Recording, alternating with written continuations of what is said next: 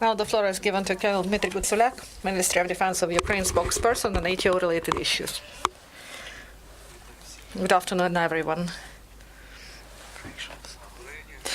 In the operation zone of containment and rebuff on Russian armored aggression during the last 24 hours on the 22nd of March for a second day in a row, full adherence to ceasefire regime from the start of comprehensive ceasefire that was entered into force starting 5th of March was recorded. The absence of shelling delivered by Russian occupation forces against our defenders in no way decreased the vigilance of our defenders and readiness of Ukrainian forces to defend the country. The servicemen of the armed forces of Ukraine and other military formations of Ukraine who complete combat tasks to defend Ukraine in the operational zone strictly adhere to the Minsk agreements, ensuring implementation of all the measures to maintain sustainable ceasefire. The situation in the operational zone of deterrence and rebuff of Russian aggression is under control of our defenders. According to the info provided by the main intelligence department of MOD, Russian Federation continues to use combat actions in temporarily occupied territories of Donbass to test new and check of efficiency of modernized samples of weaponry and military equipment. And now there is intensification of this activity in tank and special small units of Russian occupation forces is observed. Moreover, defense and production complex of Russian Federation implements measures to speed up modernization of IFVs 1 that are on inventory in the 1st and 2nd Army Corps of Russian occupation forces. It is envisaged that they will be equipped with combat module of APC BTR-82A with 30mm cannon to A-72. The first batch of modernized IFVs is planned to be handed over before September this year. It is not excluded that the Russians are planning to test this IFV in the east of Ukraine and in the territory of Syria. According to information provided by the Press Center of Operations Headquarters in temporarily occupied territories, commanders of Russian occupation forces massively confiscate from documents from the militants.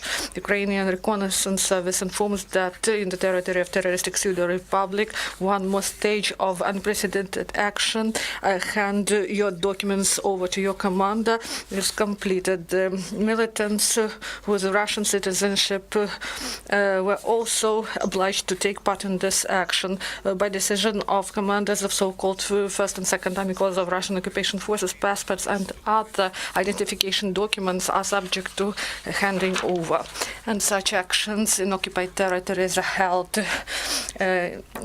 periodically as a rule after detention by Ukrainian servicemen of the next militant with the Russian registration. As previous action, this one was carried out on order by General Staff of Armed Forces of Russian Federation. It was supervised by FSB curators. Such strict control is not a coincidence because the militants do not want to hand over their documents. Armed Forces of Ukraine continue to honor the best servicemen and workers of the armed forces of Ukraine, our defenders. According to information provided by the Department of Staff Policy of the Ministry of Defense of Ukraine, from the start of 2018, commendation ministerial awards were provided to 1,300 servicemen and workers of the armed forces of Ukraine. From the start of the operation, state awards of Ukraine were provided to 51,100, and commendation awards were presented by the ministry to 52,160 servicemen and workers of the armed forces of Ukraine. Moreover, according to information provided by the Department of Staff of the Defense Ministry, the status of combat actions participants was given to 225,200 servicemen workers of the armed forces of Ukraine. And tomorrow, on the 24th of March, Central Sports Complex of the Armed Forces of Ukraine in Kiev will host final stage of sports testing of candidates for Invictus Games national team team of Ukraine.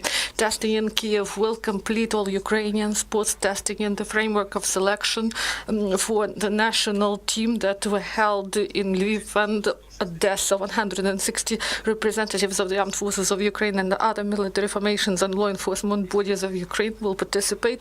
Those who have injuries and wounds that they got in the course of the completion of combat tasks. During the day, the participants will compete in 8 adaptive sports: running, road, cycling, rowing on simulators, powerlifting, swimming, long jump, archery, and shot put. You can find more information about sports event on an official site of the Ministry of Defense of Ukraine. During 2013 of May in Kiev, there will be National Victors Game, and according to the results, a final composition of the national team will be established that will compete this autumn in Victors Games in Sydney. This is all. Thank you. Do you have questions? If there are no, thank you.